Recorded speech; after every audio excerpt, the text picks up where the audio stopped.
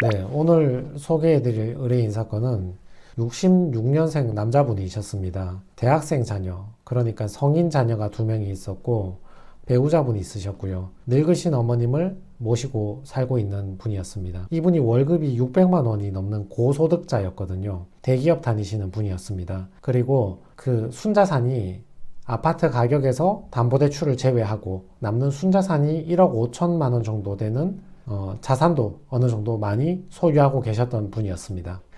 이게 이분이 제출한 진술서인데 이 내용을 자세히 살펴보면 이 채무자는 결혼 전부터 80년대 후반부터 채무가 있었고 이 채무가 있다는 사실을 배우자에게 말하지 못한 상태로 결혼을 했죠. 그리고 자녀가 태어나면서 월급 받은 걸로 빚을 갚았다가 다시 빌렸다가 다시 갚았다가 빌렸다가 이걸 계속 되풀이하고 반복하게 되어서 전형적인 생활비 채무 이렇게 볼 수 있습니다.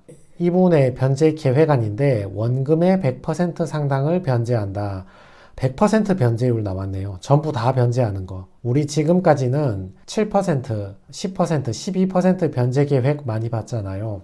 오늘은 정반대에 있는 100% 변제 계획안을 한번 살펴보겠습니다. 네. 자, 첫 번째 질문. 100% 변제하는 사람은 어떤 사람인가? 크게는 3가지 유형이 있는데 첫 번째는 월급이 많은 사람, 두 번째는 재산이 많은 사람, 세 번째는 재산과 채무가 비슷한 사람. 이렇게 3가지 유형이 변제율이 높을 가능성이 높은 사람들입니다. 자, 첫 번째. 월급 많은 사람은 왜 변제금이 높을까? 우리 개인의 생애 변제금 산정 방식을 잠시 알려드리면 내가 받는 월급에서 나의 생계비를 제외하고 그 다음에 내가 반드시 부양해야 되는 내 미성년 자녀들의 가족들의 생계비를 빼고 그 다음에 특별히 더 들어가는 월세나 주거비나 병원비나 이런 추가 생계비를 제외하고 남는 것이 변제금이 되는 거죠. 그래서 예를 들어서 어떤 사람이 월급을 600만 원을 받는다고 가정하면 자기의 1인 생계비 120만 원을 제외하면 480만 원의 월 변제금을 내야 되고 월급이 150만 원이라고 가정을 하면 1인 생계비 120만 원을 제외하면 30만 원만 변제하면 되는 것이죠. 채무자가 월급을 600만 원 받는다고 가정했을 경우에 120만 원을 제외하면 월 변제금이 480만 원이잖아요. 480만 원을 36회 납부를 하면 대략 1억 7천만 원 정도를 납부하게 되는 거죠. 만약에 이 채무자가 채무가 1억 8천만 원 정도가 있었다면 내가 변제하는 금액이 1억 7천이고 채무가 1억 8천이니까 거의 변제율이 100% 나올 수밖에 없는 거죠. 결국 월급이 높으면 변제금이 높을 가능성이 굉장히 높죠. 자, 두 번째, 재산이 많으면 왜 변제금이 높을까? 우리 변제금의 합계는 36개월 동안 내는 변제금의 합계는 내가 가지고 있는 재산보다는 많아야 됩니다. 여기서 말하는 재산이란 것은 현금이나 예적금은 당연히 재산이죠. 자동차도 재산이고 보증금도 재산이고 이런 것들은 전부 재산에 들어오는 것이죠. 따라서 재산이 많으면 내 변제금의 합계는 나의 재산보다 많아야 되니까 재산이 많으면 변제금은 당연히 높아지는 겁니다. 예를 들어서 내가 월급이 150만 원일 경우에 1인 생계비 120만 원을 제외하면 한 달에 월 30만 원만 변제를 하면 되잖아요. 근데 내가 만약에 아파트를 소유하고 있어. 아파트 시세가 3억 정도 하는데 담보대출을 2억을 빼면 순자산이 1억 정도 남잖아요. 그러면 나는 내가 36회 동안 내는 변제금의 합계는 내 재산인 1억보다 많아야 되니까 3년 동안 1억 이상 변제하려면 1억 나누기 36개월 하면 월 277만 원 이상 변제를 해야 되죠. 아파트가 없다면 월 30만 원만 변제하면 되는데 순자산 1억짜리 아파트가 있다면 월 277만 원 변제를 해야 되는 거니까 재산이 많으면 변제금이 높아지는 거죠. 자, 세 번째. 채무와 재산이 비슷하면 왜 변제율이 높을까? 변제금이 가장 높게 나오는 제일 힘든 케이스가 이 사건입니다. 채무하고 재산이 엇비슷하게 있는 거예요. 채무는 아주 높은데 재산은 거의 없다, 소득도 낮다 이러면 이 차이만큼 다 탕감을 받으니까 이런 사람들은 변제금도 작고 탕감률은 매우 크고 변제율은 매우 작게 되는 거죠.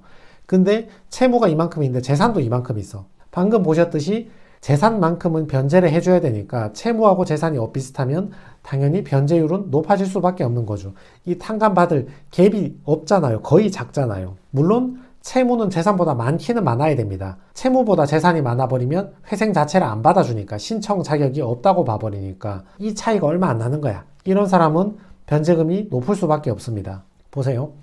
예를 들어서 어떤 사람이 채무가 5억이 있는데 아파트 시세에서 담보가치를 제외한 순자산은 1억이 있는 거예요. 그러면 이 사람은 재산 이상 변제해야 된다고 제가 얘기했잖아요. 그러면 3년 동안 1억 이상을 변제하려 그러면 월 277만 원 정도 변제하면 되잖아요.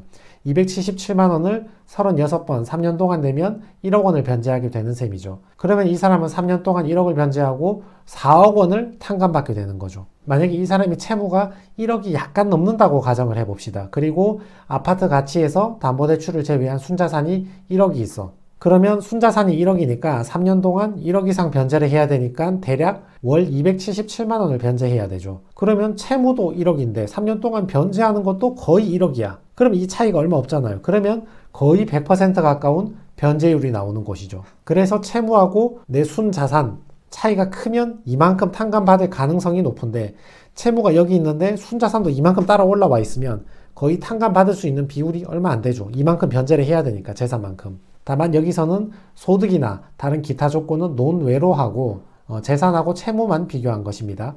자, 이 내용들을 제가 다시 한번 정리를 해 보겠습니다. 대체로는요, 월급이 높으면 변제금을 높이겠죠. 그런데 미성년 자녀가 많다면 그만큼 내 생계비를 많이 빼버리는 것이니까 변제금을 낮추는 효과가 있겠죠. 그리고 재산보다 변제금이 많아야 되니까 재산이 많을수록 변제금을 높이는 효과가 나오는 겁니다. 소득이 높은 사람은 주로는 어떤 사람일까요? 대체로 보면 대기업이나 공기업이나 공무원인데 근속 연수가 오래되신 분들이 있어요. 이런 분들이 소득이 많습니다. 재산이 많은 사람은 어떤 사람을 의미하느냐? 아파트 시세가 5억인데 담보대출이 4억이다. 그래서 순자산이 1억이 있다. 이런 사람들이 주로는 재산이 많은 사람들입니다. 예적금이나 현금이 1억 있다. 자동차가 1억짜리가 있다. 이런 사람은 잘 없습니다. 예적금 1억이 있으면 그걸로 빚 갚았겠지 저한테 회생파산 문의하러 안 왔겠죠. 1억짜리 자동차를 샀다. 그런 분도 잘 없죠. 그 돈 있으면 빚 갚았겠죠. 그래서 대체로 재산이 많은 사람은 아파트인데 대출이 꽉 차 있는데 그래도 이 남아있는 20% 30%의 가격이 1억이 된다. 1억 5천이 된다. 이런 사람들이 대부분입니다. 자, 여기서 작은 질문을 하나 드리겠습니다. 다음 중 100% 변제 가능성이 가장 높은 사람은 누구일까요? 20, 30대, 40, 50대, 60, 70대가 있고 남녀가 있잖아요. 누가 가장 100% 변제 가능성이 높을까요? 40, 50 남자들이 변제율이 높을 가능성이 가장 큽니다. 20, 30 세대는 남자나 여자나 월급이 얼마 안 돼요. 저 나이 때 이제 취업한 지 몇 년 되지도 않았는데 월급이 높을 가능성이 없죠. 그리고 40, 50인데 애 키우다가 경력 단절되고 40대에 새로운 직장을 구한 여성들도 소득이 높은 경우가 잘 없죠. 그리고 60, 70대면 당연히 은퇴 후의 세대니까 소득이 없거나 낮을 가능성이 굉장히 높죠. 소득이 높은 사람은 주로는 40, 50 남자들입니다. 40, 50대 남자들인데 방금 말씀드렸지만 소득이 높아요.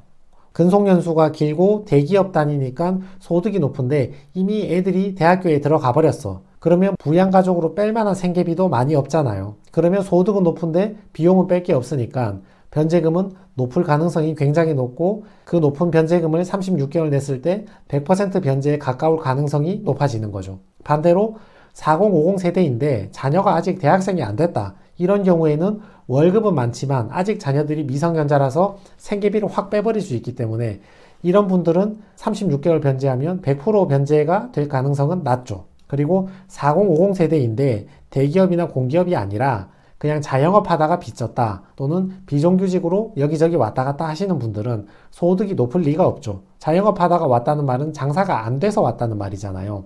그리고 40대, 50대 비정규직, 일당직, 현장직으로 왔다 갔다 한다는 말도 소득이 그렇게 높지 않고 불규칙적인 가능성이 높죠. 그래서 저런 분들도 변제금이 크게 높진 않습니다. 그래서 40, 50 남자들 중에서도 대기업 공무원인데 근속 연수가 길어서 고소득인데 자녀들마저 대학교에 가서 성인이다. 이러면 변제금이 높을 가능성이 굉장히 높습니다. 정리를 해봅시다. 40대, 50대 남성 중에 대기업, 공기업을 다니면서 근속이 길어서 호봉이 많이 쌓여서 월급은 높은데 이미 자녀들은 대학생이 되어서 내 월급에서 뺄 만한 부양가족 생계비가 없는 사람들, 이런 사람들이 변제율이 높거나 100% 변제를 할 가능성이 높은 사람이죠. 또는 내가 아파트나 빌라를 가지고 있는데 그 시세에서 담보대출을 뺀 금액, 그게 1억이든 1억 5천이든 간에 그 금액이 채무 금액하고 거의 엇비슷한데 약간 적은 거야. 그러면 이 재산 가치만큼은 변제를 해야 되니까 내가 변제하는 금액을 다 합치면 채무하고 별 차이가 안 나니까 변제율이 100% 가깝게 높게 나오는 거죠. 제가 처음에 보여드린 의뢰인 채무자분 같은 경우도 소득이 높았죠. 대기업에 오래 다니셨는데 실수령이 600만 원이었으니까, 그리고 자녀가 2명이 있었는데 둘 다 대학생이었어요. 원칙적으로 말하면 대학생 자녀는 부양가족으로 넣을 수 없기 때문에 변제금을 내릴 이유가 없는 사람이죠. 변제금이 높은 사람인 거죠. 그리고 이분은 엎친 데 겹친 격으로 아파트 시세에서 담보대출을 빼도 1억 5천이나 남아있는 사람이야. 그러면 아무리 변제를 못해도 1억 5천은 변제를 해야 되니까, 채무는 근데 이 사람이 1억 7천 정도밖에 없었거든요. 그러니까 적어도 이만큼 재산 가치만큼은 변제를 해야 되니까 요 차이 조금밖에 없는 거죠. 탕감받는 게. 그러니까 이분은 변제율이 높을 수밖에 없는 거죠. 보세요. 이분 변제 계획안인데 66년생 남자분이신데 현대 땡땡땡땡 주식회사 다니시는 분이었는데 실수령이 600만 원이 넘는 분이었습니다. 그리고 청산가치, 저게 재산을 의미하는데 아파트 시세에서 담보대출을 제외하면 거의 1억 5천 가까이 나왔던 분이에요. 아까 말씀드렸지만 이거 이상은 변제해야 된다고 했잖아요. 재산은 1억 5천 내외인데 채무는 1억 7천 내외죠. 재산과 채무가 엇비슷하죠. 채무 1억 7천, 재산 1억 5천 바로 밑에 딱 붙어 있죠. 근데 3년 동안 변제하는 금액의 합계액은 적어도 재산만큼은 변제해야 된다고 했잖아요. 그러면 3년 동안 변제하는 금액이 이만큼 되는 거예요. 채무 금액 턱 밑에 있죠. 이러니까 변제율이 높을 수밖에 없는 거죠. 그래서 이분은 100% 변제가 됐습니다. 자, 두 번째 질문. 그럼 100% 변제인데 개인회생하면 뭐가 이득인가? 개인회생을 왜 해야 되냐? 이렇게 물어보시는 분들이 있는데 이득이 존재를 합니다. 첫 번째 이득은 이자가 없습니다. 가정을 한번 해봅시다. 어떤 채무자가 지금까지 발생한 채무가 1억 8천이 있어요. 매월 500만 원 정도는 변제를 해야 되거든요. 그게 뭐 카드값 뭐 돌려막기를 하든 아니면 이자를 내든 간에 매월 500 정도는 메꿔 넣어야 돼요. 미래 3년 동안은 500만 원 곱하기 36개월 하면 1억 8천의 이자가 더 발생하는 거죠. 근데 회생은 신청 들어가면 이자가 발생 안 하잖아요. 그러면 회생 변제 계획안이 3년이라 봤을 때 이 사람이 개인회생을 들어가면 미래 3년간 발생할 이자 1억 8천, 저게 발생을 안 하는 거예요. 회생을 안 한 경우와 한 경우를 구분을 해봤습니다. 회생을 안 했을 경우에는 월급을 500만 원 받잖아요. 그러면 500만 원 받으면 이번 달 이자 내고, 그 다음 달에 월급 500 받으면 또 500 메꿔 넣어야 되고, 그 다음 달에 500 받으면 또 500 메꿔 넣어야 되고, 물론 생활비까지 써야 되니까 500을 절대 메꿔 넣을 수는 없는데 그냥 메꿔 넣었다고 가정을 한번 해봤습니다. 계속 헛바퀴만 돌고 있는 거죠. 근데 만약에 저분이 회생을 했다 그러면 신청한 날 이후로는 이자가 발생 안 하거든요. 물론 신청한 그날까지 발생한 이자는 채권자 목록에 들어오겠죠. 근데 신청한 날 이후로는 이자 500, 500, 500, 500 계속 발생하는 게 발생 안 한단 말이에요. 3년 뒤를 한번 가정해 봅시다. 회생을 안 했을 경우에는 그러면 3년 뒤에도 원금 1억 8천은 그대로 남아있고 나는 월급 500 받으면 이자 500을 계속 내야 되는, 내 옆에 회생을 한 경우를 한번 고려해 보세요. 3년 동안 변제금을 내는 거죠. 3년 뒤에 원금 채무는 영원이 되는 거죠. 이자는 영원인 거죠. 3년 후에 원금 1억 8천 그대로 남아있고 매월 이자를 500만 원 내야 되는 사람하고 원금도 영원, 이자도 영원, 이 사람하고 차이가 크죠. 두 번째 이득은 독촉하고 추심이 안 되거든요. 마음이 편하죠. 채무자회생법 여기 한번 보세요. 제593조 중지명령 여기 나와 있는데 다음의 행위들을 중지 또는 금지할 수 있다. 강제집행, 가압류, 가처분, 담보권 경매, 변제를 요구하는 일체의 행위. 개인회생을 들어가면 이런 것들이 다 금지가 된다고요. 내가 100% 변제를 할 값이라도 저런 행위들을 금지해 주니까 나는 더 왕성하게 적극적으로 경제활동을 할 수 있는 거죠. 내 계좌를 마음껏 쓸 수 있으니까. 채권자가 하는 독촉 추심은 어떤 유형이 있는지는 제가 다른 영상을 만들어 놨으니까 그걸 참고해 주시고요. 두 번째 질문. 나는 그래도 변제율이 높아서 개인회생이 부담이 됩니다. 이렇게 생각하시는 분들은 아직은 하지 않는 게 맞습니다. 이렇게 한번 가정을 해봅시다. 오늘이 2023년 1월 1일이라고 가정했을 때 이 채무자가 매월 월말에 500만 원을 이자를 변제해야 된다고 그렇게 가정을 한번 해봅시다. 1월 30일에 500만 원 내고 2월 28일에 500만 원 내고 계속 매월 말에 500만 원 냈습니다. 6번 냈으니까 3천만 원을 이자로 납부한 거죠. 이번 달에는 엄마한테 500만 원 빌려와서 이자 내고, 그 다음 달엔 친구한테 500만 원 빌려와서 이자 내고, 그 다음 달엔 회사에서 500만 원 갑을 받아서 이자 내고, 이런 식으로 6개월을 버티셨던 거죠. 그리고 7월 30일이 돼서 이분이 이렇게 말씀하시는 거죠. 아이 못 버티겠다. 이제 개인회생 해야지. 저건 도대체 왜 내신 겁니까 그러면? 그러니까 개인회생을 안 하셔도 되는데 안 하실 거면 끝까지 안 하시고, 그래서 변제율이 높아서 나는 개인회생 하는 게 부담이 된다 그러면 안 하시는 게 맞습니다. 마음이 내키지 않으면 하지 않는 게 맞습니다. 그러나 사방에서 돈 빌려와서 가족들 돈 빌리고 친구 돈 빌리고 대표 돈 빌리고 그러고 6개월 7개월 있다가 개인회생하면 그건 더 큰 손해입니다. 만약에 안 하기로 마음을 먹었으면 소득을 높이든지 영업을 더 많이 하시든지 사업을 더 번창시키든지 아니면 부모님한테 깔끔하게 1, 2억 빌려오시든지 해서 완전히 변제해버리고 개인회생을 다 고민도 안 한다 이렇게 하셔야지.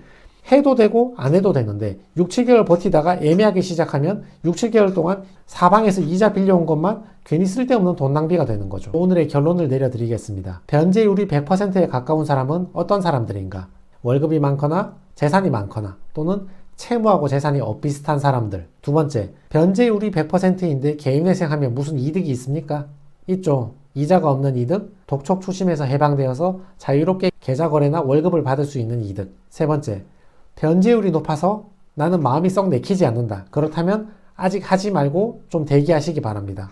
네 번째, 변제율이 100%면 워크아웃이 유리한가? 아까 말씀드렸듯이 급여가 낮거나 내가 뺄만한 부양가족이 많으면 변제율이 100%안 나오니까 개인회생이 좀 더 유리할 수 있고 변제율이 어차피 100% 나와야 되는 사람이라면 짧고 굵게 가는 게 좋으면 개인회생이 좋을 수도 있고 가늘고 길게 가는 게 좋으면 워크아웃이 좋을 수도 있는데 이거는 제가 영상에서 설명 못한 변수가 워낙 많으니까 여러분 집에서 가까운 변호사 사무실이나 신보기를 방문해서 꼭 문의를 해보시기 바랍니다. 네, 이상으로 오늘은 변제율, 변제금 300만원씩 내는 이런 사람들에 대해서 제가 설명을 한번 해드렸습니다. 자, 급여가 500만원, 600만원 넘어가시고 자녀들이 이미 성인인 분들 또는 재산이 매우 많은 사람들 이런 분들에게 오늘 영상이 참고가 좀 되었으면 좋겠습니다. 네, 이상입니다.